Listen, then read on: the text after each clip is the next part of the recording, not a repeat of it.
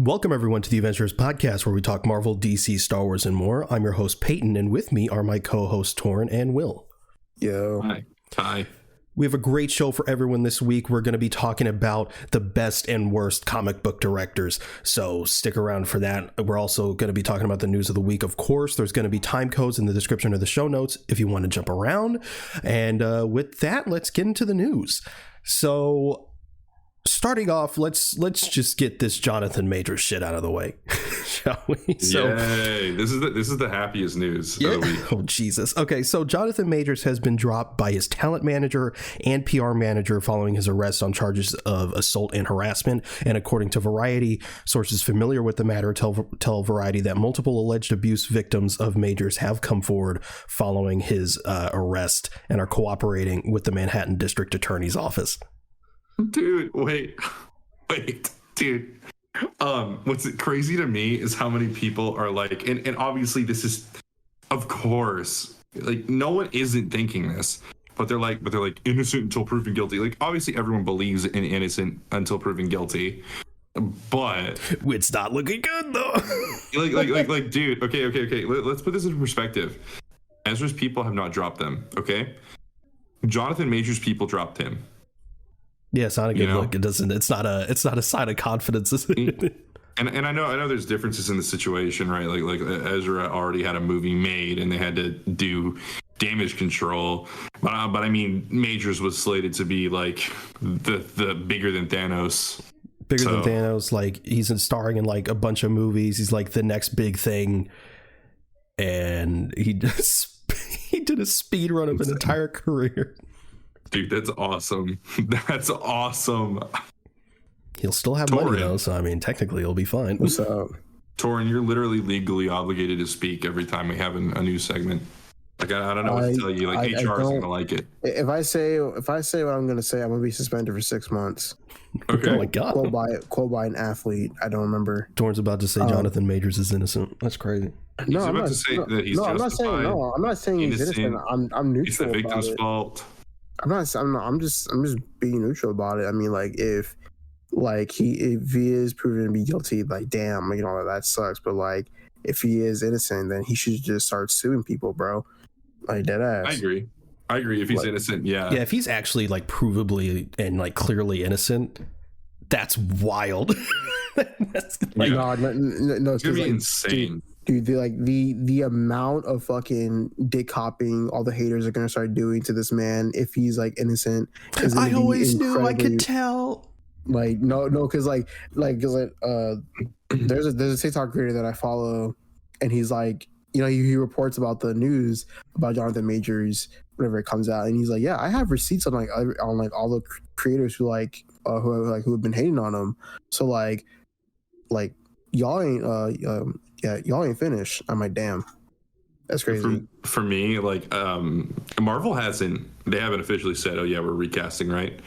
No, they haven't. No. Okay, because I was gonna say if they had and he was proven innocent. Oh, absolutely. Cast Torrin for King. Oh my god, that's literally pitch perfect casting. But like if Marvel said like we're recasting and then he's innocent, that would be the biggest fucking shit show for Marvel. Yeah, that's ever. Why like apparently internally they haven't discussed recasting yet, and that's probably just because they're waiting to see what happens. Yeah, that would be a nightmare. That would be such a nightmare for them. At the same time, waiting, you know, they got deadlines. Yeah.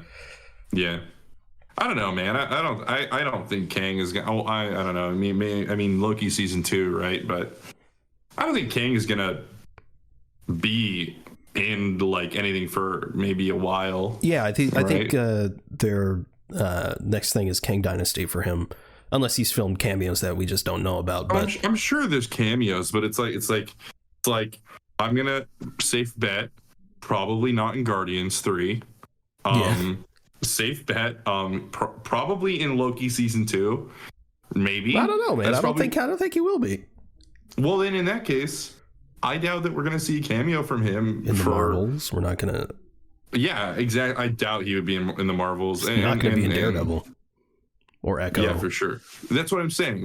Right? Like he's like they do have time. Like I do think they have time, but at the same time, Like also, the plan is to start shooting King Dynasty in 2024. So everything has to either blow over or recast him, and everything gets wrapped up by then, or they delay it.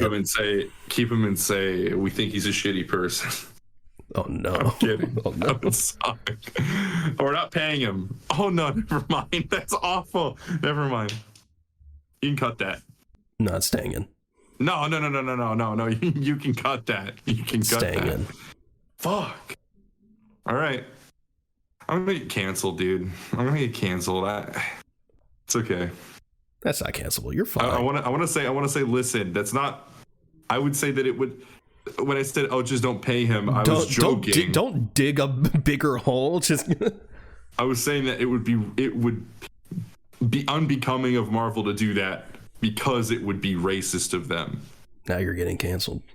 Okay, yeah, now I'm getting canceled. All right, next news. Superman Legacy is now in early pre-production. So, they're working on suits and stuff, and casting is going to be getting underway heavily here. So, rumors are going to be flying.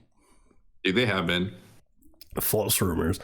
Yeah. You mean... Oh, sorry. I was thinking like fan casts, but which are still annoying. But yeah, I'm very excited. Yeah. Attention, all Spider-Man fans. The Raimi trilogy and the Amazing Spider-Man 1 are now on Disney Plus.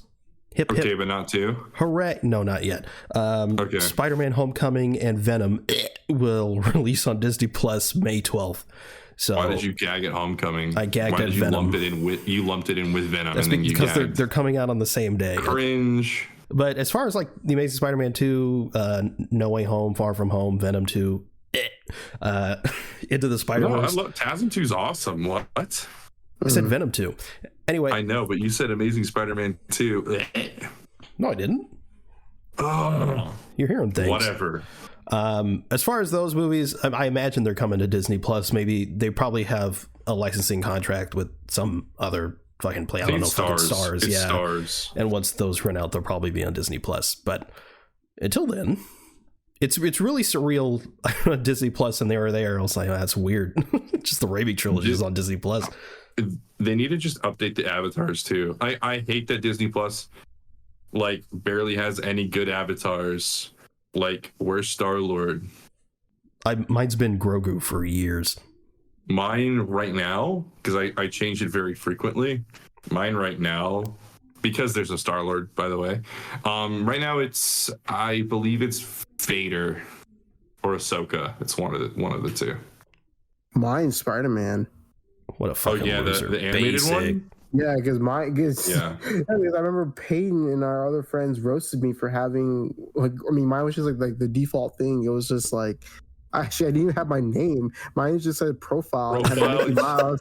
I had the Mickey Mouse CD. I wasn't using Disney Plus like that. So like whenever we did like these like little like movie nights, they'd be like, "Torn, what's your name profile?" I'm like, I don't know. I don't use it. I just log into my account. Dude, my family, it's so funny because the way we have a Disney Plus I share it with them, and so everyone has their own thing, but there's still profile. Like my dad or my mom or no one took profile and claimed it for themselves. So there's like every single one of my family members, and then there's just profile with Mickey Mouse. Jesus. Yeah. This is according to Daniel RPK. So pretty prominent leaker. Apparently Adam Driver is in final talks to play Reed Richards. I'm cool with that. You said Adam Driver? Yeah. I'm cool with that. Better than him being fucking Doom. So that's true. Yeah, absolutely. Oh my God. Yeah. He's tall. He's lanky. I guess they could, I don't know, shave his head.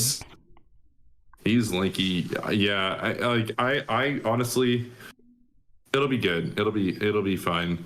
And my only worry is looks wise. Actor wise, he could definitely pull it off. Well, for me, it's the voice. That's it for me.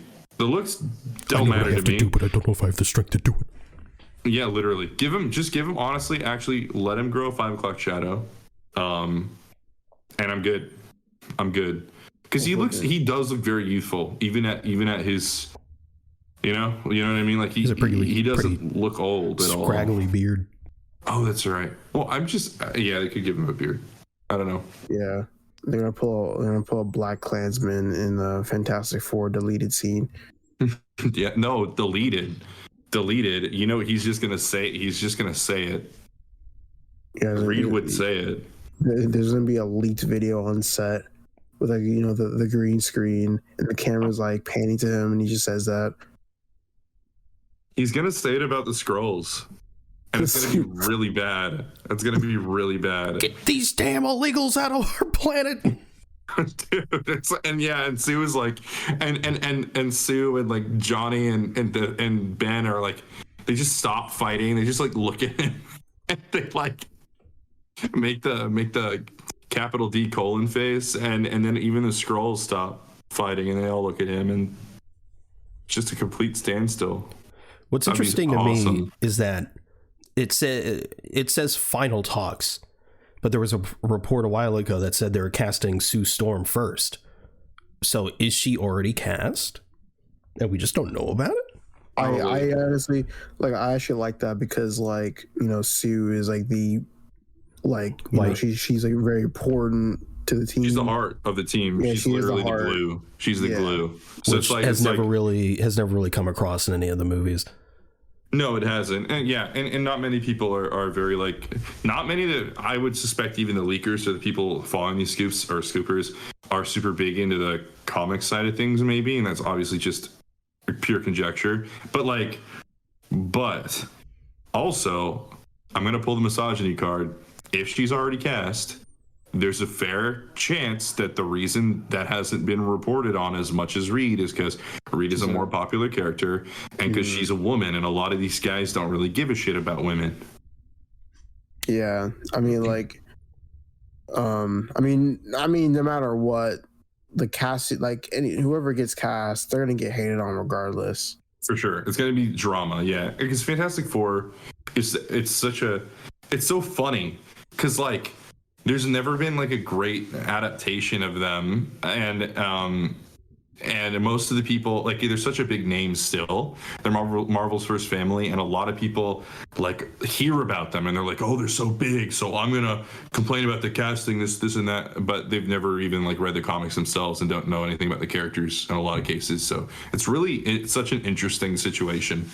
I still, at the end of the day, I don't think Sarah Finn is missed. So Sarah Haley Finn, their casting person, casting director. She's fucking amazing. She's cast pretty much everyone in the MCU. Oh, she has? Yeah. Yes. Oh shoot. I don't think she's really missed. So I trust her with this process. Obviously, missed as in she's left. That's what I'm saying. That's what I thought you said, that she left. No. She was fired. Nah, she just, her track record is incredible. She also did the casting for Everything Everywhere All at Once. Oh, then we're good. We're fine.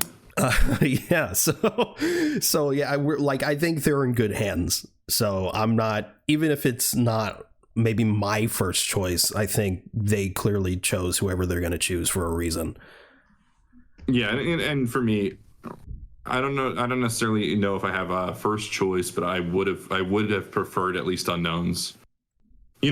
Names and money. You know what I mean? Like money is money is money. That's what it's about for them. Which is for better or for worse.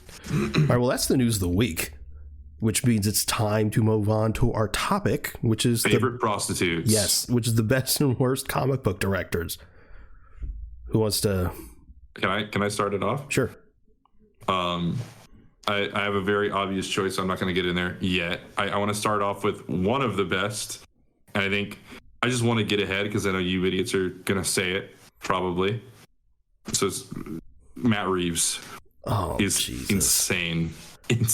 He's only done one, but he's a literal visionary. He's a genius. It's so ass though. It's so dark. Why is Gotham so dark though? Dude, why is it so dark? You know what's so funny?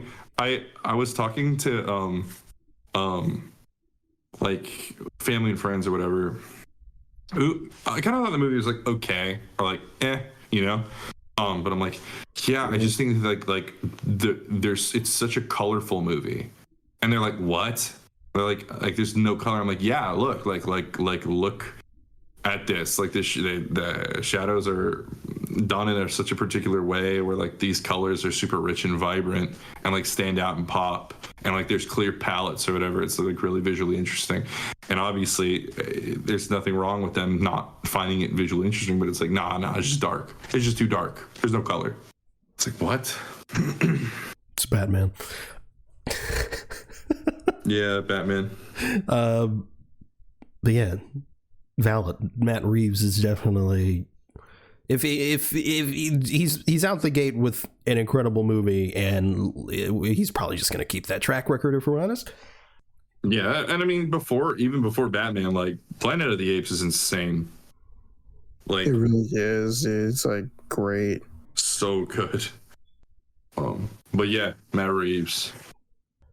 One of the best to ever do it. Zack Snyder.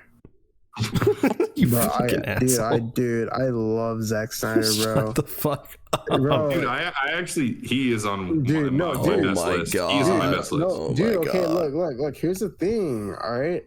Are you being serious, Torrin? Because I'm with you. No. Fuck you. I'm joking. I think he's the greatest ever. Not the best. No. No, for real. I made a mid tier, not like they're not bad, they're not great. Oh, so you have a mid tier, okay? Yeah, mid-tier. Yeah, I do like Zack Snyder. Zack Snyder's in my mid tier, but that's fair. Zack Snyder is in my mid tier. I'm getting that one out of the way because, like, I should say it for right now. Zack Snyder is in my mid tier because I do think his writing is like kind of questionable in some of the movies he's made. One being every movie he's done. Superman. Yeah. That's the good one. That's the only good one he's ever done. But okay. Yikes. Yeah, his writing is questionable, but man, I love his visuals. Like, in terms of cinematography, like, I mean, I don't want to be a cinematographer, but like, I do want to, like, if I ever wanted to be one, I would like learn Zack Snyder's like techniques, because I just think he has really great visuals and a great mind when it comes to that. Other than that, like, I just think that his writing kind of falls flat sometimes, and just how the way he does things. Yeah, and I know people like also complain about like his color palette for his movies, which like I can understand, but it doesn't really bother me that much. I guess the one movie that it did bother me with is Man of Steel. That's it. Yeah. So can I make a comment, or can I? Yeah, go for it. So for me, it's interesting because like Zach, and to preface, and I think everyone here, like, this is just for the listeners, right? Everyone here is pretty much in agreement. Like, none of these directors are like actually like worst or actually like, you know what I mean, bad or whatever. It's just like subjective, and it's from our perspective whether or not we think that they were skilled or successful in achieving what they set out to do, right? Or just maybe weren't for us. So like, anyways, but for me, Zack Snyder, I would say like upper mid, because like I think that most of his work is average, and his writing can be kind of clumsy. I think his writing in Man of Steel is pretty clumsy, but I still think that it's effective. Like, it gets a point across, it's entertaining, and I really do like the thematic conclusion. And you know, I think that his writing in his version of the Justice League also kind of clumsy, but it was very satisfying and had a lot of good payoffs. But then Batman v Superman is clumsy in the theatrical release with no payoff, but in the director's cut, I consider that movie a masterpiece, and that's why I'm not even like mincing words or whatever, I truly believe that it is a masterpiece, and that's why I would put him a little bit up there. Like if I were to like aggregate score, like take all of his movies together and like average it out or whatever, then yeah, like he's upper mid. But if it was just like, oh, director is as good as my favorite work of theirs, then yeah, I would say that he's like incredible. But you know, like, I don't think he's incredible. He has a lot of like Army, like, and this is not a comic book movie, but what is it, Army of the Dead? What was that Something movie? like that. Army, it was terrible. That movie was almost unwatchable. I hated it. So, you know, Yeah, that's my opinion. I agree that all of this is subjective. Obviously, to call a bad director just because like one of the movies in his repertoire just because it happens to be a comic book movie doesn't make a lot of sense, and we'll probably get to one of the bigger examples of that. That being said, it's absolutely objective. Zack Snyder is such a shit director. He's one of the worst to ever do it in the industry. Like, there's not a single worse director in the world than Zack Snyder, to be perfectly honest. What the fuck up? No, okay. No, but I agree a lot with what Torrance said. I think his writing is cheeks, but like he clearly has a very distinct and striking visual style that you just can't really miss. Like, it's clearly so very Zack Snyder. It's very and to many very good. Not for me. It's clearly very good though. Like I could because even like obviously that style is in most of his movies. Like it's in 300. It's very heavy-handed. It's so and combined with the music.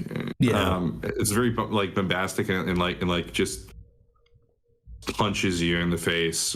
You know what I mean? Yeah, I think it works sometimes, but other times I'm just like, this is. Yeah, I agree. It's very it can be kind of pull me out of it a lot of the times, especially with like slow-mo. Jesus Christ. I'm not a fan of Zack Snyder slow-mo shots. Yeah, I'm just not. But yeah, like what Torrance said, the color grading or whatever on like Man of Steel was not for me. I think it works a lot better in PVS. But again, like with the Superman shit, but like with the Batman stuff, it works really well. So like I think Zack Snyder is a competent director. I just don't think his style really works for those movies. But I think there is probably a character out there, whether it's in the DC universe or whatever. Like he's doing his own little Star Wars thing for Netflix. I'm actually very excited for that. It's not Star Wars, but it is Star Wars-esque. Yeah, that's what I mean. Yeah. Okay.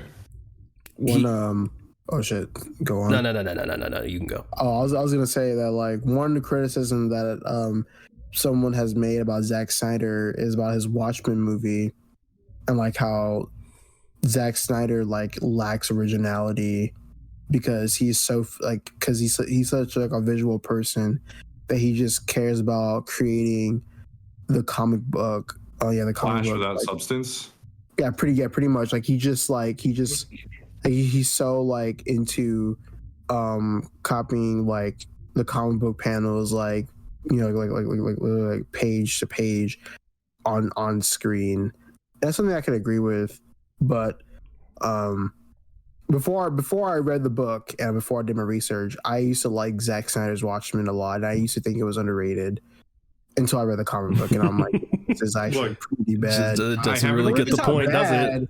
I haven't read the comic and I haven't seen the movie. I always thought that like people consider that movie to be like one of the all-time best comic book movies. Am I wrong? Do people not think that? No, not at all. No, I mean, don't get me wrong. Out of all the Zack Snyder movies, the majority of people probably think that might be his best.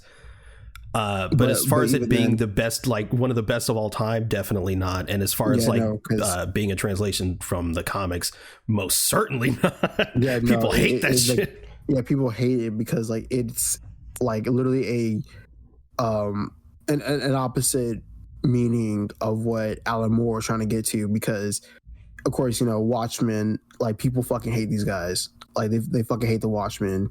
And the Watchmen is people who should not be idolized. They're not heroes. They're fucking pieces of shit, pretty much. And in Zack Snyder's movie, it's like, oh wow, the Watchmen, they're like superheroes. They're great. Everyone should love them. Yeah, no, like that's not how it should be.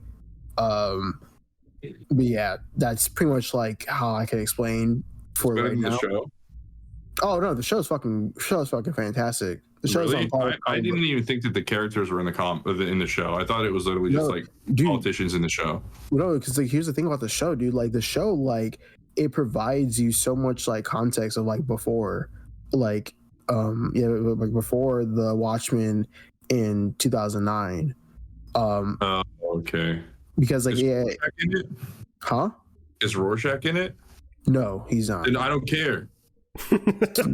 Oh no. Me. I don't care. If there's no iconography, there's a character similar to Rorschach in a way. that's a ripoff. That's not a ripoff. That's too far of a departure. His name is Looking Glass. He's fucking dope though. Visual effects for that guy is really good. Insane. That shit's fucking incredible. But yeah, It's just Titans. It's just Titans for old people. It is. Sorry. Anyways. Yeah, I'm done with Zack Snyder for right now. Yeah. Yeah, me too. I don't want to say anything else. Well, I guess it's my turn. Shut up. I'm trying to debate whether I want to go with best or worst first. Do worst. Be a messy bitch. I have one person on this list that I really feel bad for. Just say we'll all come to their defense. Like, it's okay. I don't think you will, but I don't think you will. Just say it. Because I enjoy two. I enjoy two. Is it Bryan Singer? Don't say you feel bad for Bryan Singer. No. God, no. Okay. Jesus Christ. Because I enjoy 2 out of 3 of their movies. But fuck me, man. I can't. Peyton Reed. Best? No, I can't. Like, I would put him in your mid tier. Because because Ant-Man 1 is fantastic. I really enjoy Ant-Man 3. Ant-Man 2 is not at all. Ant-Man 2 is my least favorite MCU movie. I know I've said it a million times, but fuck. But like, I feel bad because I do like Peyton Reed. He clearly cares about the characters. He just, I think Peyton Reed, like what a lot of people say about John Watts, is how I feel about Peyton Reed. He doesn't really have a visual style. Yeah. Yes. And that makes a lot of sense. I think that comes through heavily and I'd say all 3, but the first one, a lot of that is they were lifting off of Edgar Wright. Yeah. That's Edgar's, and that's why that movie is as good as it is. Yeah, it's so great, and I think obviously Peyton is competent, but I don't know. I dislike 2 of his movies. Well, and I feel bad because like the episodes that he directed of like The Mandalorian were really good. So it's like he can direct and he's done like TV and shit in the past, but he's also carrying. Oh, never mind. I mean, Ant-Man was written by someone else, so I was gonna say in Mando he's carrying someone else's. He is. Here's the thing. That's just a better written story in the Mando episodes. True. You know, like just give the man a better story. Like yeah, and even then, like it's not like his directing is like groundbreaking or whatever, but it's good. It's not. It's like in his Mando directed episodes, those episodes are great, but it's not necessarily like, oh, the direction stands out. He kind of like, he's one of those directors that's just, he does what's good for the story and doesn't necessarily like. I personally don't view him as someone who really tries to inject so much of a vision into things. He just kind of like, well, let's let the story speak for itself. Let's let the VFX artists do what they need to do, and like just like go to work. And that's why, because he directed the finale of season 1 of Mando, right? Season 2. Oh, season 2. Yeah, and exactly. the spider episode. Okay, which I did not watch. Oh yeah, sorry. Oh, but I heard it was good. That's what I'm saying though, right? Like he did the season finale of season 2, but it's not like, oh, there's a lot of Peyton Reed-isms in this, because I don't even know what the hell that is. Yeah, he doesn't, and he's not about that. Anyone have any other comments about Mr. Peyton Reed? No, I don't. The one thing that like what Peyton said, like, yeah, I feel bad for him because he does have that passion to want to make the story better. One thing that about Peyton Reed that ever since Peyton said it, I have been really wanting to see it to come to life in some way is Peyton Reed's Fantastic Four. That would be really, really interesting to see because he's passionate about Fantastic Four. He's very passionate, and like I really enjoyed like his like little pitch he had for it too. But it is what it is. Yeah, I personally, I mean, I'm not too excited for Matt Shakman's either, but I don't know if I'd be super excited for Peyton Reed's Fantastic Four. But that's just, I do still feel bad for him because like it's not his fault. I don't think I ever complained about Peyton Reed If I did on the podcast, I'm so sorry. Yeah, you can literally. Everyone go back to the Ant-Man review. Yeah, go back and see if I shat on him. But the writer for Ant-Man 3, I honestly I think it's the writing in Ant-Man 2 and Ant-Man 3 is what it is. And because Peyton Reed is just a very straightforward director in his quote unquote vision, he's just so straightforward. That's where it comes. That's just kind of. Like, I don't think his directing does anything to elevate a story. And it's also like, because in the third one, like we talked about it in our review, it lost a lot of its charm. And it's obviously Peyton Reed can do that because we saw it in the last two movies, even though like the second one, it's not our favorite. That at least that too. Yeah, there's still at least some that it's a lot more than 3. Yeah, I guess. So it's a lot of that has to do with like the setting and stuff. But yeah, and the soundtrack going dun dun dun dun dun dun dun, yeah. and then like dialing it back and being a little more silly with it. Yeah, the stakes also like I think in general like yeah I don't his directing doesn't do anything to elevate a story. It doesn't necessarily make it worse. It just just plays it straight. Yeah, it's very stagnant. Yeah, that's why I'm saying. Like, yeah, I would say it's a pretty fair assessment to say mediocre, but but that's also he's not also very competent and talented. Yeah, it's not his fault. For me, next, I guess it's my turn, right? Yeah. Very obvious choice. I was gonna say it first, but okay. James Gunn. I will ride until the end. Okay, I'm a writer. Despite how he's bad the GOAT. Guardians 2 was. Oh yeah. Okay, shut the. You're going to hell. You're going to hell. Okay. Anyways, yeah. So yeah, his work. And yeah, I'm very biased. However, even the stuff that he's done that I went into not necessarily apprehensive, but when I still was excited. I wasn't necessarily expecting it to leave a massive impact on me. All of his works have, comic book movie wise, like Peacemaker was such a huge surprise to pretty much everyone, I think. And in terms of how like nuanced. Its characterizations of its characters was, and I just think Gunn, like he understands character, he understands grounding stories emotionally, and I think that he has a pretty good head about him industry wise, and he made a comment too a while ago. I don't know if y'all touched on this in a podcast that I wasn't here for, where he was like, oh yeah, like comic, like it's not superhero fatigue. It's just like like bad story fatigue. Not bad story fatigue, but just like people don't want boring comic book. Like movies. He's like as long as the stories are emotionally grounded, and like care is taken for the characters or whatever. I'm paraphrasing so loosely. Then people will still want to see these movies. I think he understands what makes these movies likable, like when they're good and likable, he knows what makes them that way. And I think that it's shown consistently. And also, like, I think that he's able to juggle different, he does have a style, but I still think that like Peacemaker feels different from Guardians 1, which feels different from the Suicide Squad in a lot of ways. And like, and I have no doubts that his Superman is going to be just incredible. It's just going to be peak. Yeah, for real.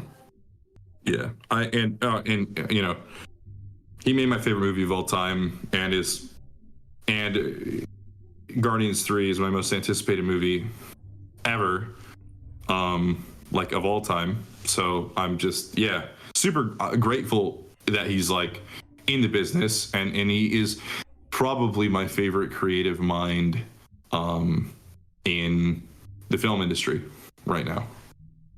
Yeah, I think by the time Guardians 3 comes out, which only comes out in 2 weeks, oh my god, I think by the time that comes out, we'll have one of the best comic book movie trilogies of all time on our hands.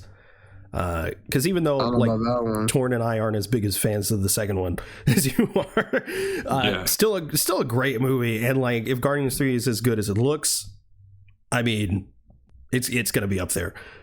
And you know, obviously with his other films, with the Suicide Squad, and obviously Peacemaker as a show, it just really, really good. He does have a style, and even going back to something more obscure like Super. Yeah. Oh my God, Super. Like a lot of that's still there, and he's incredible. Easily one of the best. Now he's doing Superman. Bro doesn't sleep. Insane. No, yeah, he much brain. Dude, his hair turned white so fast. Also, dude, no, dude, for real, dude. Like, oh my God. Like after Guardians 2, it's just like that, like instantly white. Looks good though. It does. I think he looks better with the white hair than he did in Guardians 2 during that production. Yeah, crazy. For sure. 56, bro. Well, he has and the guy has a kind of like, he does not look like look. Yeah, like he has like a look, but dude, he does not look 56. No, like he does not. No, he does not. He just looks like a 30-year-old man wanting to go gray super fast, so he just dyed everything. Yeah, he looks like he could be in his late 30s. Like I think it's interesting because not a lot of directors have when you think of directors, especially comic book directors, it can be kind of hard to put a face to them. Gunn has that, like, and you know whether or not that's because for better or for worse, how frequently he engages with people on Twitter or whatever. I think that like him having an image also. It's kind of like, I don't think that happens just kind of on its own. Like Peyton Reed, I literally don't even know what he looks like. I don't know what he looks like. And he looks like Jim Rash. I don't know who that is. He looks like Jim Rash. He looks like the Dean from Community. He looks he looks like a bald guy with glasses. See, I always imagined him looking like Yellow Jacket. Fucking Corey Stoll. Yeah, Corey Stoll, brother. I mean MODOK. Sorry, I meant MODOK. So sorry, but yeah, like, but my point, like, and I don't know if y'all agree. Maybe I'm just too like, maybe I'm just not as fucking with it. But yeah, it's hard for me to put faces to a lot of comic book movie directors. I feel you. Well, now I'm thinking about it. I don't know who Bryan Singer looks like. Pedophile. Yeah, it looks like a pedophile. Like. Dude, brother looks like a pedophile. I don't know what else to tell you. Literally what it is, man. I ain't got nothing to say. Dude, they have a look. I mean, sorry, that's not fair. You don't want to like profile someone, but yeah, white guy with a mustache. Saying, okay, shut up. Shut up. Oh my God. Shut up. Got him. Gotta shave it now, Will. Never. I can never shave this. I look awful without it, to be honest. I've never seen it without it. You've never? Dude, it's you should shave it just to show me. I have like a video of like from like Snap memories from like 5 years ago, like Will with like no mustache and like short hair. Is it weird? I don't know, like your definition of weird. I mean, like, is that how do I put this? Send it. Like when you see it, you're like, oh, like what the hell? Like, is my image like me in senior year to you, or is my image in your head like my profile pic? Like, I mean, it's like, I don't think it's like weird because like it's still you, but it's like I just like the current you better. Yeah, because you have the mustache, but like, and then like, oh yeah, also yeah, your hair was dyed. It was like bleached. It was like red. Oh, I remember. Like yeah, you have it. Like a bona fide ginger, bro. Oh God, that was such a bad call. I remember that. Please send that to me. I will. Oh God, no. Peyton's just gonna put it as a thumbnail for the fucking video. He's just gonna put it. He's just literally obscure. He's gonna fucking put it as a thumbnail for our fucking video, and it's gonna be so stupid. God. Oh God. All right. Anyone else have anything stupid to say? No, I was gonna go on my next one. My next one is Sam Raimi. Mid, right? Trash. No. One of the worst. Look, he didn't look his I like Sam Raimi's style. And I know people can talk about how they want, like, oh my God, it's PowerPoint transitions. Dude, that's genuinely so good when he does that. Like, dude, it's so fun. It was so fucking funny seeing cool. Fucking like people who don't know what the fuck they're talking about on Twitter, like comparing Multiverse of Madness to Spider-Man 1. It's like, that's the same guy. You know what's funny? Also, I'm sorry, Torin. I know I just kind of took this, but it's like the people who are like, that's a Marvel-ass transition, bro. It's like, dude, first of all, it's only in one movie. And second of all, you not liking it means you literally just don't get the point. You know what I mean? I mean, I'm sorry. It's okay if you get the point and you don't like it. But a lot of these people, it's just like, this is just trash on purpose. Like, dude, it's supposed to be cheesy 90s. Like that's just, this is the dude who did Evil Dead. Yeah, exactly. Like, it's just his style. It's funny. It's tongue in cheek. It's not serious. What a shit comparison. Multiverse of Madness to Spider-Man. It's so fucking stupid, bro. Yeah, people are weird. Dude, Raimi film bros don't even know anything about Raimi. For real. Like the Spider-Man Raimi film bros. Yeah, I don't know, man. It's just like it's just like wild to me. But like, I don't know. I really like Sam Raimi's like style. You know, like you said, like it's a very cheesy, like you know, like 70s, like 80s and the early 2000s, like way of like looking at like films. But one of the things I like about a directing style is that like it's very distinctive, and Sam Raimi is even like an inspiration, like in some of his, like, you know, as his editing techniques. So the fact that, like, you know, I'm able to like understand the Sam Raimi like transitions while when watching like Multiverse of Madness was really cool to me. I don't give a fuck. I like Multiverse of Madness. I like it. It's fun. It's good. I mean, like, it's the best version we could have gotten with all the rewrites and like Scott, his name is Scott Derrickson? Yeah, Scott Derrickson, right? Yeah.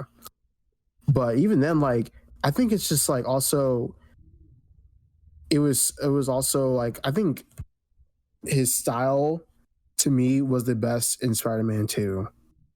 Like, of course, you know, Spider-Man 2, but like I think that's just where it shines the best. Yeah, he kind of had everything in that movie. He fucking went off and shit. Yeah, dude. he popped the fuck off. Spider-Man 2 is his magnum opus. It's incredible. It really is. And but man, also, like, yeah, I know, like, we talked about how like Spider-Man 1 is like the most enjoyable, but like, you know, to the majority, for like a lot of like, you know, comic book fans and even like Raimi bros, that like Spider-Man 2 is like the best, like, you know, like, you know, one of the best comic book movies ever. Yeah. But go ahead. But yeah, I just think that, like, yeah, Sam Raimi, like, he's also just like a really good guy, because I remember he did like a press conference, or like a Q&A, and he was giving people, like, you know, tips on how to like craft a movie. So like, and then I just find like people who are able to do that, like, you know, filmmakers who are able to give like their advice on like how he's passionate. Yeah, he's passionate. Yeah, it's like that's how like that's how you really like, when you love doing something so much, you just want to talk about it. You want to talk about your technique. You want to talk about like the level of work you put into it, and you want to help other people who are passionate like you. You know, so it's like, and I think also Raimi, like, I'm so weird when it comes to this. Like I love Spider-Man 3. I love Spider-Man 3 so much. I understand its faults, but it's still my favorite my personal favorite of the three. I don't think it's the best of the three, but it's my favorite. Like, I love it. And like, with all of the issues I have in Multiverse of Madness, none of them are Raimi. He literally, if the writing was just slightly better, if it's just better for Wanda, it would be one of my favorite Marvel movies probably of all time. I think that the direction is insanely good. The style is the style is just like it was so refreshing. And I remember my theater experience with that movie was so refreshing because you have a movie where one of the scenes is Doctor Strange running in a zigzag hallway, looking behind him, running like a Scooby-Doo chase scene. A dude who can literally open portals and teleport and fly or whatever. That was so hilarious. It was so good. And it was done in a way, it wasn't like hilarious in a way where a lot of people typically like, and I still do believe some of this is kind of like unfairly levied like criticism or whatever, because I think a lot of this Marvel comedy, right? I don't think Marvel comedy is what a lot of people claim it is, but the comedy in Raimi's Multiverse of Madness came through, in my opinion, through just the genre or through its tone. It wasn't a lot of the comedy, and some of it did come through straight up, just like oh, Bruce Campbell, like how silly, but like a lot of it was tonal. You know what I mean? A lot of it was like these transitions, or oh, this is just so cheesy, or like, oh my god, again, look at this goofball running down this hallway, look at how absurd this like gory death is. You know what I mean? Like I think that movie, like Raimi he knows what the fuck he's doing. I think he's incredible. And Spider-Man 2 again is just undeniable. Yeah, and it's also one of the things where it's like you said, when it comes to like Sam Raimi and like how refreshing it was to see his direction in Multiverse of Madness. I love the horror aspects in that movie because not only like, you know, I wouldn't say I grew up with it, but like when watching, you know, The Evil Dead as a child, like they kind of like stuck with me. And then one of the things that like I didn't even like notice, I forgot like as a kid that Sam Raimi did like Evil Dead. He did like horror. So like when I saw that Spider-Man 2, I think that's like what made me like the movie more, is because like of that horror aspect. And it even shows like later on in the movie when Doc Ock is confronting Harry, that jump scare with like his like tentacle. But, like, and even in Spider-Man 1, the horror with Green Goblin and Will and Norman. And, like, the Green Goblin and like all the, you know, the mask around the wall with the Norman pan. talking to himself. Yeah. That was with the music in the background and the building on fire. He's like screaming. That like, and also it was also like suitably appropriate for kids. Like, oh my god, that is so scary as a kid. As an adult, like, yeah, like it's a great crafted horror element, but it's more like, I also just appreciate like, and this is the case with a lot of directors. It was made for kids. It's like a very earnest. He's also, when it comes to Spider-Man, I love. They're very cheesy, they're corny, but they're very honest and earnest and genuine, and they wear their heart on their sleeve. Like they're just not afraid to just be corny. But in my opinion, I don't think it's really corny. I think it's actually like really valuable lessons and moments and genuine sort of like it's just they're just earnest. I know I just say the same words over and over again, but you don't really get that. And also, Spider-Man's a kid's character, like a character that is geared towards children. And I just think that Raimi pulled that trilogy off so well to grow up with. You know what I mean? I'm so glad that I grew up with that. It's incredible. Yeah, for sure. Agreed. I have to go with for best. I mean, the Russo brothers. Yeah, for sure. Come on. And they managed to like make every single one of their movies that they directed one of the best MCU movies in the MCU. Like Soldier, how you come out the gate with Winter Soldier? That's wild. Yeah. No, sorry. Yeah, Winter Soldier and for me, I mean, they're all great. Endgame doesn't stick with me as well, even though I know it's amazing. I just Infinity War, especially Civil War and like Winter Soldier, peak, dude. Like it's like literally peak. It's Winter Soldier and Civil War are so fucking peak. It's insane. They're so good. Civil War haters will never know. They don't get it. They don't get it. Or Civil War, people who think Civil War is mediocre, they don't get it. Yeah, Civil War is one of my favorite movies of all time. Covered that in our top 10 of all time episode. That movie is just so fucking phenomenal. So regardless of what the Russo brothers does, they'll always have a soft spot for me, and people criticize them all the time because of what they've done after. But like, what have they done? Like Cherry and the Gray Man? They haven't done that much. They did that like weird hyper conservative military thing. Oh, the Extraction or Extract or. I'm just saying, it wasn't hyper conservative. I just the one with Chris Hemsworth. Yeah, was it? They didn't direct that. Joe Russo, I think, wrote it. They produced it. Oh, okay. Was it propaganda? I haven't seen it. No, it's not propaganda. I heard it was just an action movie. Oh. Yeah. Well, I hear that they want to do that they would be open to doing a James Gunn thing. Yeah, they were open to doing James Gunn's Batman, and people were like, "No, don't do that." Which, I'm not sure what kind of voice they would inject into that, vision wise, but I would be down to see for sure. Because like, when it comes to and we've talked about their visual style so many times. You know, it's just like it. In our opinion, I think Peyton and Torin, you know, we agree. Their visual style, it's grounded, and what it does is it plays the movie straight as if like it's just happening. Like this just is happening in the real world. It's not incompetently shot. It's not shot in an uninteresting way. It's just there are a lot of muted tones and a lot of grays or whatever. But also it's just like, oh hey, like these people are fighting in this airport in Munich. Like if I was there, that's what it would look like. Like they just play these as very straightforward, almost like historical events. Yeah. You know, just matter of fact. It's so good. I love it.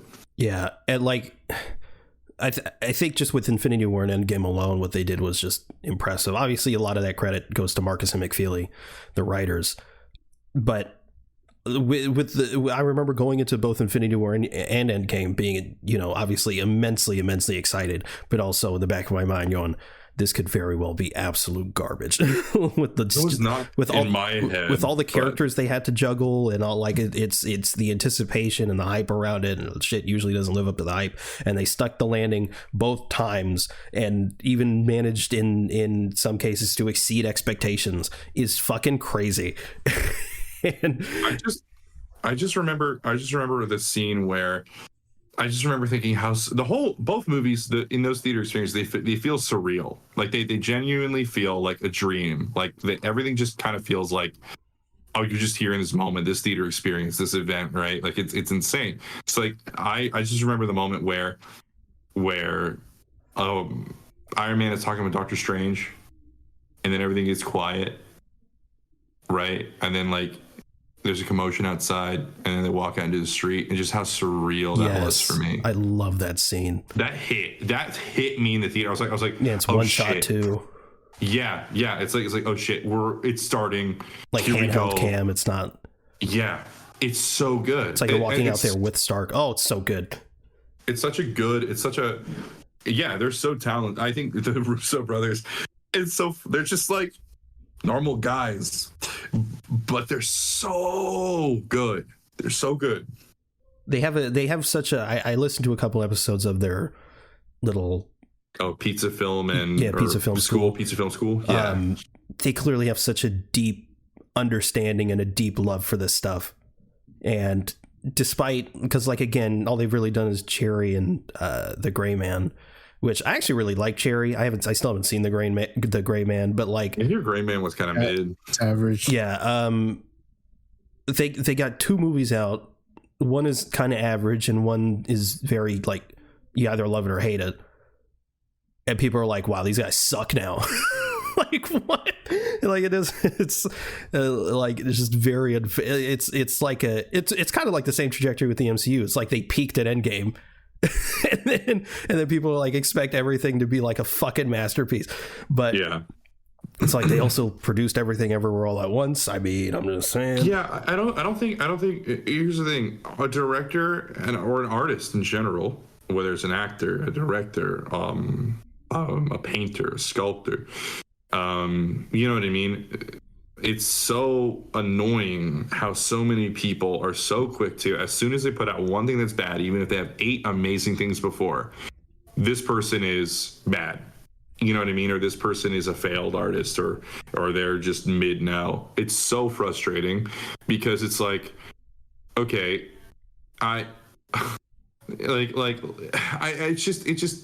put yourself in those shoes, you know, like no one's perfect. And I don't know, art is also subjective. It's just like if you, this is just a different thing, I guess. It doesn't even necessarily super tie to the Russo's discussion, but I did want to throw that out there. I also think it's ironic that a lot of people now are like the general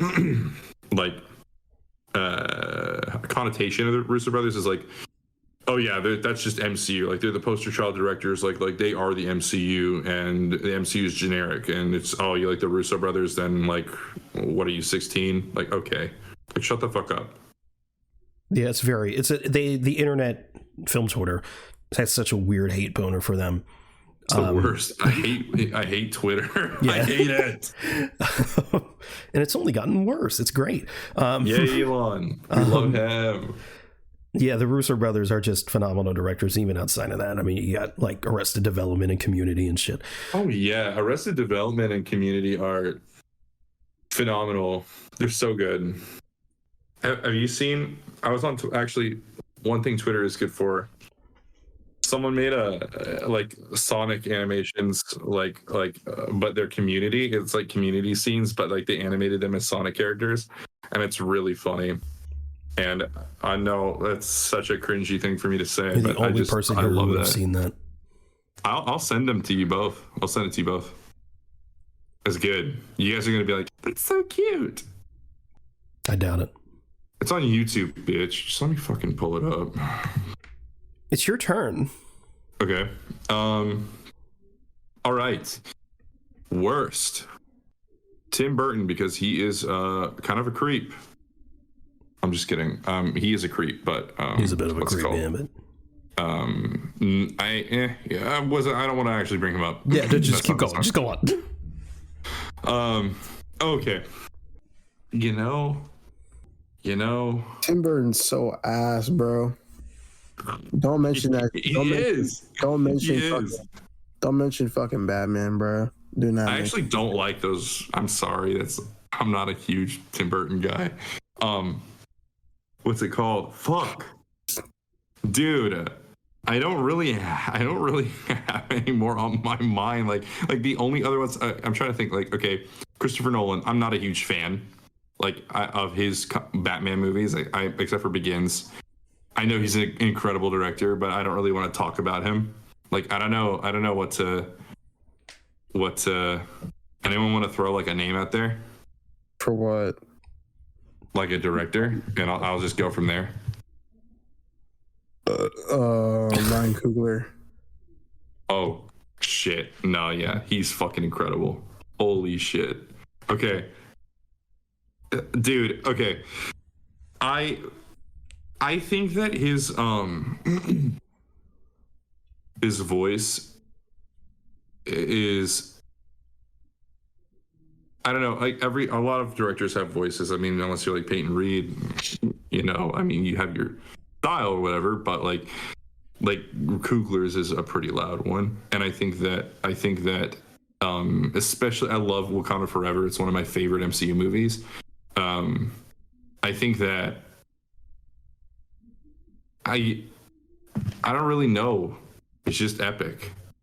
Like, except for Killmonger, that one little. I don't think, did he write Black Panther? No. Yes. Oh no, he did. co-wrote it. Sorry, yes.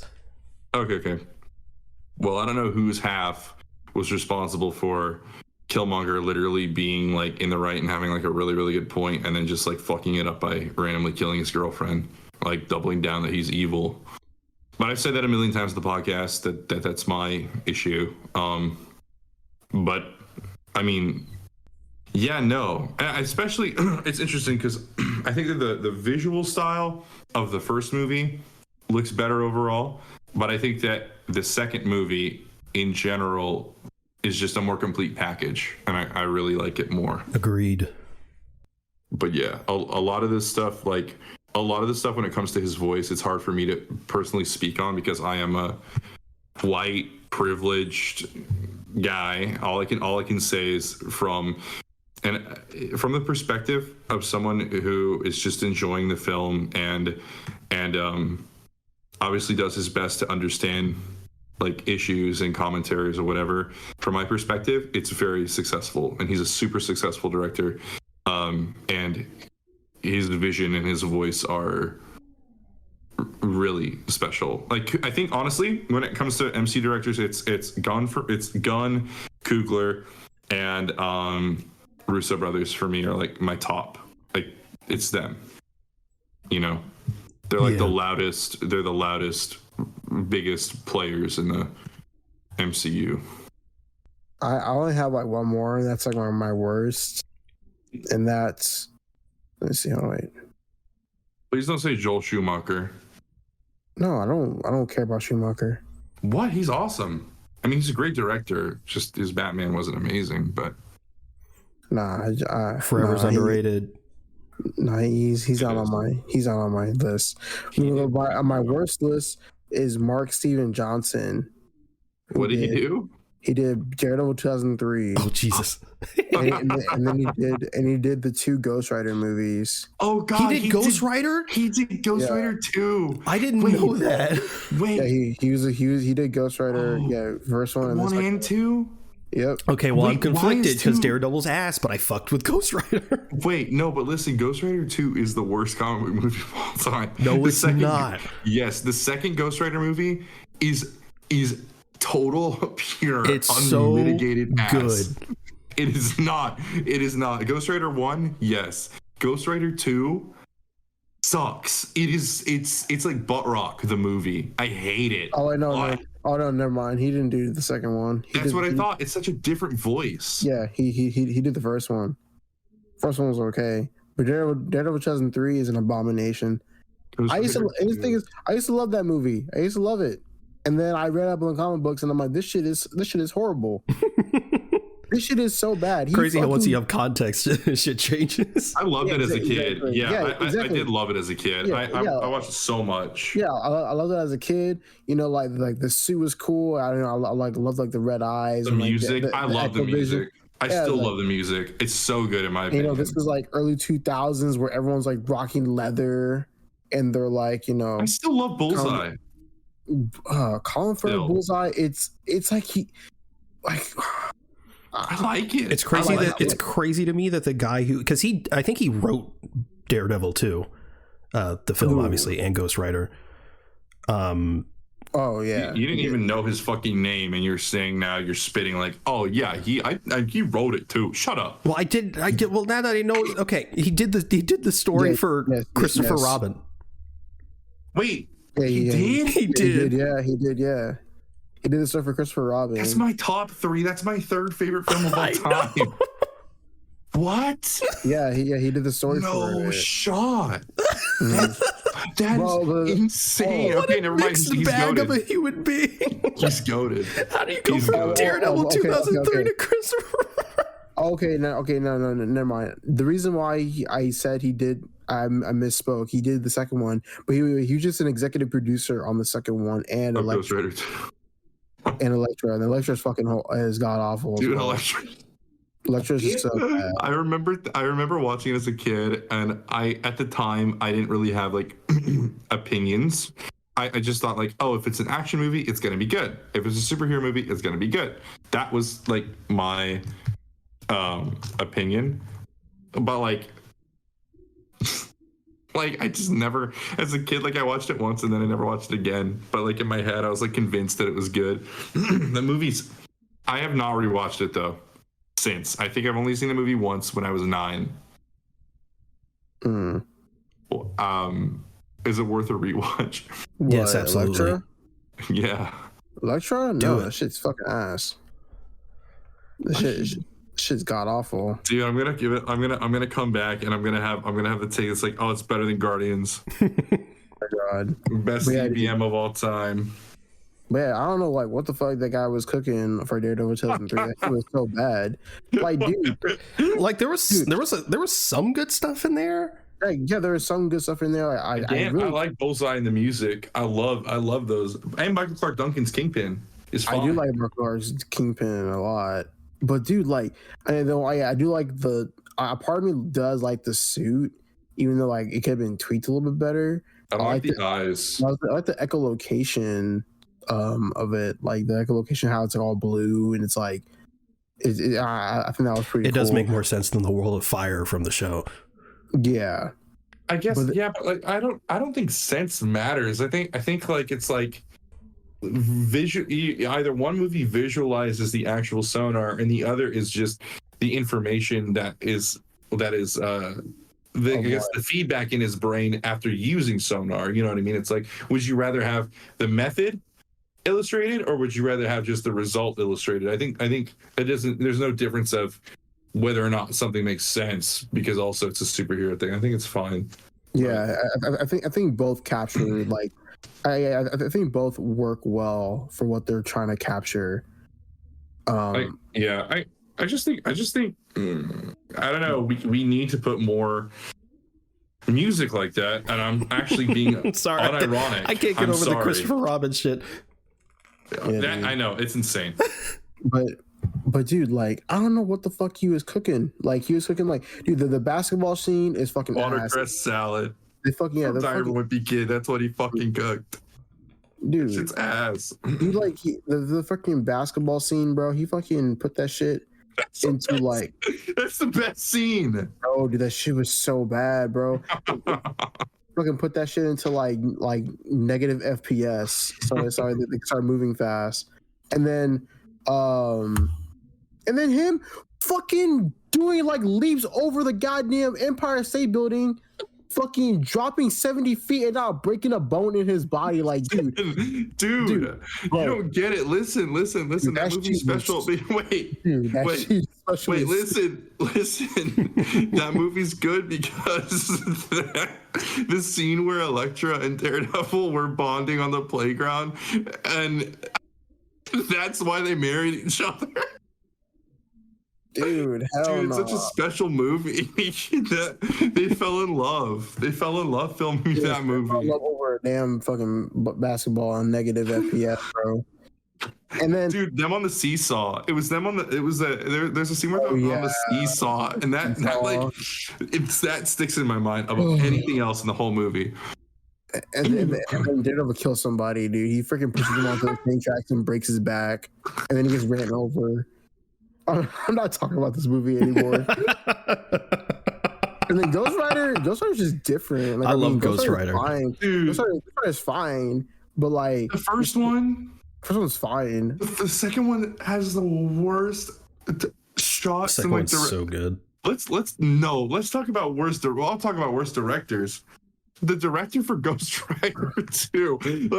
Who is this? Sorry, y'all keep going while I look into this guy.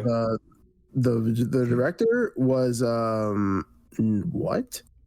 It was Mark Neville Dean and Brian Taylor. What? So there's two. David S. Goyer wrote the movie. David S. Goyer has a lot of shit. He has a lot of incredible bangers, but he has a lot of shit. Wait, who directed it? Two directors. Mark Neville Dean, Brian Taylor. And Brian Taylor. Okay, Mark Neville Dean. What else? What the fuck has he done? Let's see. Mark Neville Dean, Brian Taylor was a writer for Jonah Hex. Oh, oof. That explains a lot. And then, Mark Neville Dean was the writer for Jonah Hex. Brian Taylor, actually, I should have both were the writers for freaking. Yeah, Jonah they seem Hex. to be a duo. He did. Yeah, they wrote Gamer. With freaking Gamer with Michael C. Hall. Yeah, Gamer was written by Mark Neville Dean. Oh my goodness! Okay. And they're directors, and then they did Crank. They're writing something called The Olympians. They've only done 5 movies.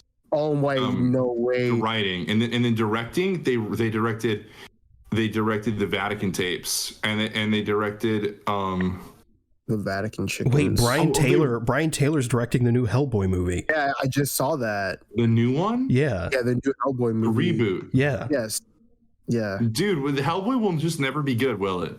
Like, I don't know, dude. I don't even know, bro. Like I'm so upset. How do you flop easily one of the most interesting comic book characters of all time? Well, Brian Taylor, he directed all, or I don't know about all, but 9 episodes of Happy, which I know was a pretty good show critically, at least. Oh yeah, Happy was critically good. Also, I want to retract my statement. We do have 2 good Hellboy movies. The first 2 are good. Yes, they're good. And then I still want to watch 2019. Dude, it's shit. It's shit.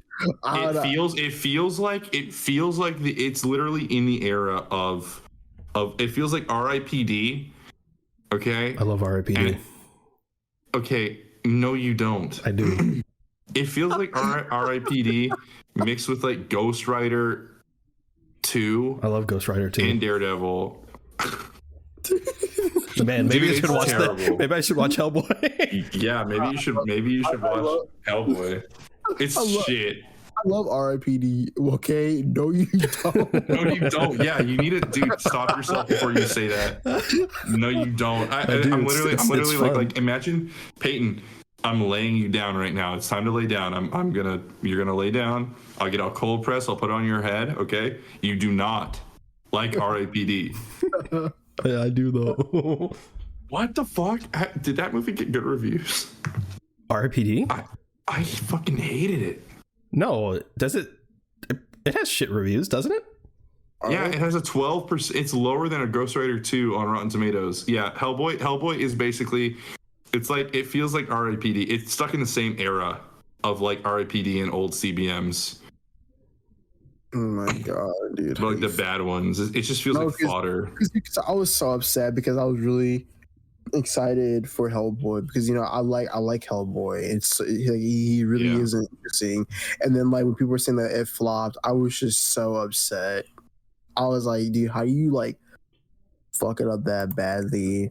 Neil Marshall, you fucking chicken strip. Red is one of the best comic book movies, and no one can change my mind. I love Red.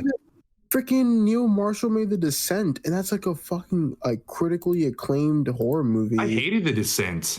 I hated it. Yes, I cannot believe people liked it. I remember I saw The Descent. I've seen it twice. It's where they go into the catacombs, right? The French catacombs. No, that's As Above, So Below. Oh, okay. Never mind. Fuck yeah, I hate As Above, So Below. That movie's funny. That movie's I was like yeah, and then like in like the French catacombs they find like the Philosopher's Stone and stuff like that. Dude, what the fuck? That movie's. Have y'all seen Red with Bruce Willis? No. It's like a team like Bruce Willis, Morgan Freeman, John Malkovich, Helen Mirren, and then like Carl Urban plays the bad guy and he's an agent, and it's Bruce Willis plays this a retired CIA operative, and he's called RED, which is retired and extremely dangerous. So he's kept under watch, and like it's so good. It's like it's not amazing, but it's so much better than it has any right to be. And it was one of the like first comic book movies that like really stuck out to me as a kid, and I love it so much. Red 2, not as good, though, but. I am looking at David Goyer's stuff. Oh my god, he does. He did Man of Steel. Yeah, he was a writer for Man of Steel. He was a writer for Batman v Superman. He was a writer for Terminator: Dark Fate. He was he did the story for The Dark Knight. He wrote Batman Begins. He wrote Jumper. Yeah, how do you go from? I'm so sorry. How do you go from Batman Begins? Okay. He did 11 episodes of The Sandman. To Ghost Rider 2 and Sandman. How do you go from Batman Begins in 2005 to Ghost Rider fucking 2? And then he wrote some of the stuff. He was a writer for the Sandman series. And Insane. Then he did a lot of the 13 episodes of Constantine. Yeah.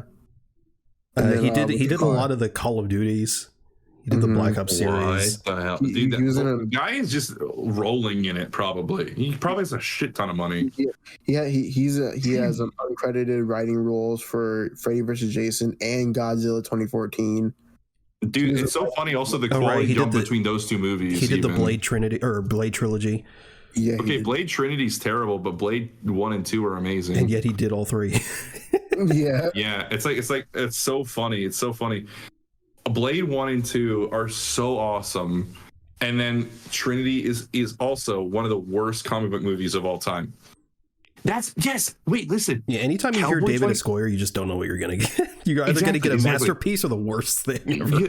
Exactly. That you don't really, you hear his name, and to you that just has to be like, okay, that's just as a matter of fact, this is the guy who's writing it. It doesn't get you hyped and it doesn't get you upset. You're just like, okay, he's writing it, I guess. But Hellboy 2019 is like Blade Trinity and R.I.P.D. Two Nolan North movies that are not Nolan North. Oh my God, what a weird mental. Listen.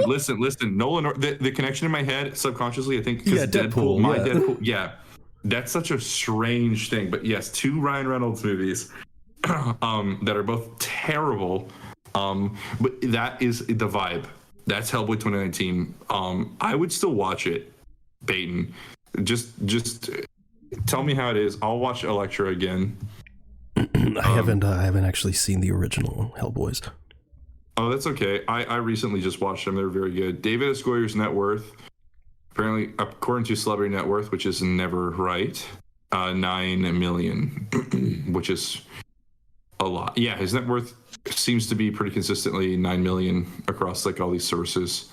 Wait, what the freaking crap? Okay, never mind. He was not a director. I was looking at Tim Miller, the director of Deadpool, and then he directed Terminator Dark Fate, but he was also an executive producer for Sonic the Hedgehog 1 and 2. Yeah. Because his studio, right? For visual effects? Is it his VFX studio? That makes a lot of sense. Is that the one for Sonic and for Deadpool? What? Yeah, he was he was a visual effects producer for Shadow the Hedgehog.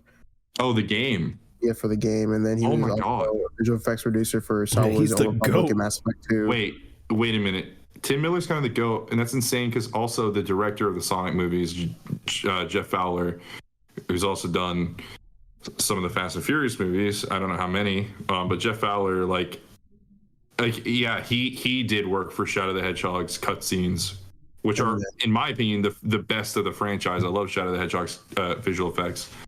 And Tim Miller was also a creative supervisor for Scott Pilgrim vs. the World, and he also was a writer and director, executive producer, and creator of some of the episodes for Love, Death, and Robots. Okay. Tim Miller founded Blur Studios, and Blur Studios did the Sonic movies. Oh, the studios did Sonic. Yeah, so he just goated them. Yeah. Okay. So yeah, I just owe my life to Tim Miller because he did Deadpool, which was my childhood obsession, and Sonic, which is another childhood obsession. Okay. So I just owe my life to him. Yeah. Awesome. Tim Miller's just the greatest, apparently. We just went off the rails right here. Yeah. Oh, no. Sorry. Jeff Fowler actually didn't do Fast and Furious. I just associate them because it's Paramount, and Justin Lin did a lot of Fast and Furious movies. Yeah, that's right. But yes, Jeff Fowler, okay, and Tim Miller, goats in my book, guys. Jeff Foxworthy. Who the fuck is that? It's a comedian. Okay, Bryan Singer, best director of all time. Agreed. I mean, he did X2. He did X3, which was even better. No, he didn't. No, okay, listen. It's so funny because X2 is one of the best comic book movies of all time. And then but also he's such a piece of shit. Yeah, it's one of my favorite things is showing someone like my friend was watching the X-Men movies for the first time, and they got to Days of Future Past, which I fucking love. And I was like, by the way, a lot of these are directed by a pedophile. And they're like, what? Yeah, and not just that. Not only is he a pedophile, which is probably one of the worst things. Is the worst thing probably you could be. But he was also just abusive on set, right? Yeah, he wouldn't allow the actors to like have comics on set. Fucking He weird, wouldn't? bruh. Yeah, like that's what Hugh Jackman said. And he said that he wouldn't allow him to have comics on set, so like he couldn't like read up on Wolverine and shit. So he actually went to Kevin Feige, who gave him comics. Yeah, okay. That's so insane. Imagine. That's because and X2, thank God it turned out the way it is. And there is such a thing as a worst director, in my opinion, when it comes to their attitude about the source material. Okay, that is a super valid thing to criticize someone about, and in my opinion, I think is a pretty good judge of their character as well. I think when it comes to people who are adapting source material, and obviously adapt it as loose as you fucking want, but whenever you're over here saying like, yeah, comics are gay, or like, yeah, like don't fucking, we're not gonna allow comics on set, or I don't give a shit about, you know, this and that, like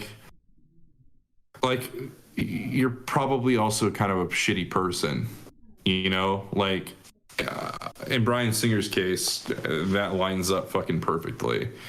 Like he has like the mind of an executive, which is so annoying. Like the mind of a suit. So ugly. Comics are badass. Yeah. But like, Imagine. yeah, Bryan Singer is simultaneously both in the worst and best. Yeah, for like, different reasons. Yeah, he did, because like, obviously he did X-Men, X2. He did Superman Returns, which I think is very underrated. But yeah, that movie is great. Days of Future Past, Apocalypse is whatever, I guess.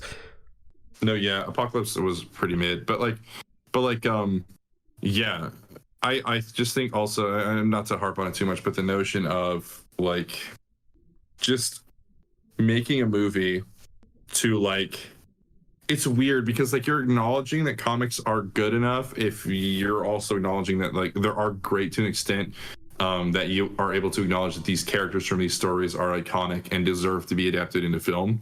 And so it's like, but there's also just like this arbitrary like no, comics are for babies, but then you're also making movies for kids. So it's so weird. I just, it's such a pretentious, weird, arbitrary line in the sand that they draw when it comes to, again, like the validity of different kinds of media. We were talking about this like before the podcast and the warm up, like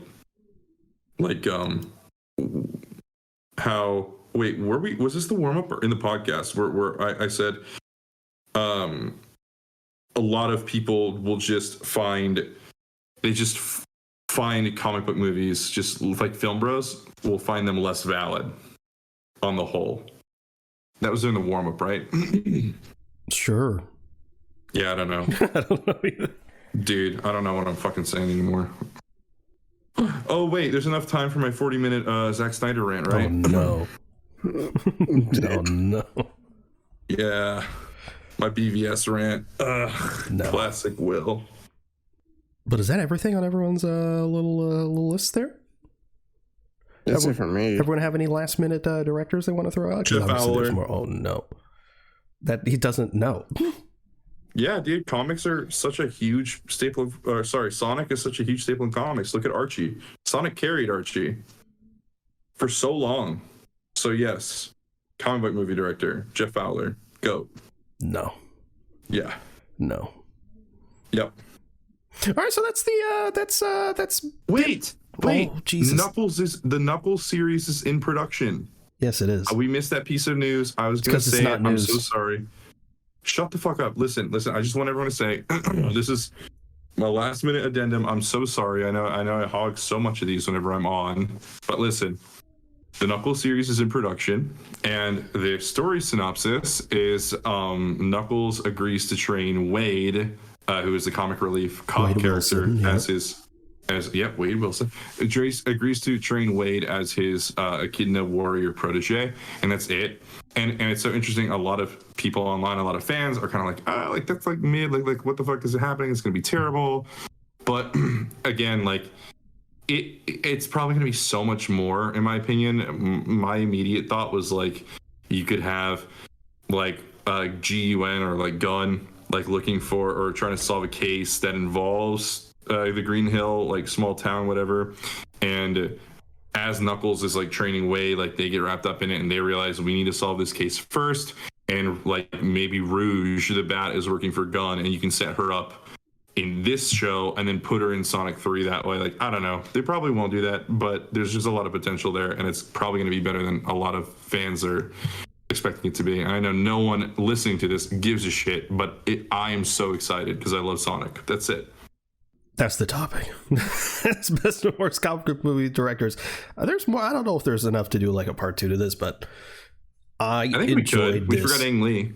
Forgot Ang Lee. I enjoyed this conversation, so I guess we could do one in the future. But has anyone seen anything good in the past week? You guys watch anything in the past week?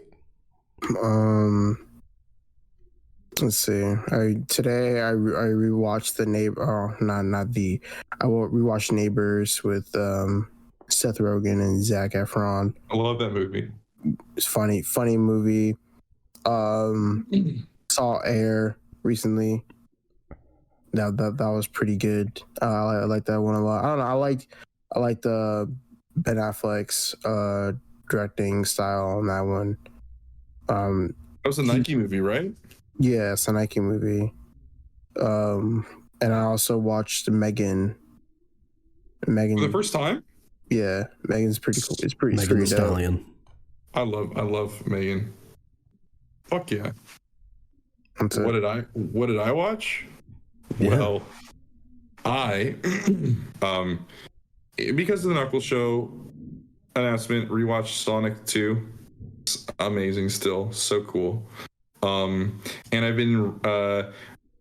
have been reattempting a full playthrough of Yakuza 0 because I did start it at one point and then I dropped it for whatever reason, and getting back into it again, it's fucking amazing. It's like, I know it's very hyped, but it's so fucking good. Yakuza 6 is the only Yakuza game I've beaten all the way through, and that was the first one I played, but that game made me sob like a baby at the end. But yeah, Yakuza 0, I've been playing that. And also just, I've been doing every single night until May 4th, when I see Guardians 3, I'm doing painting. So I'm not really, I guess, watching anything, but I am painting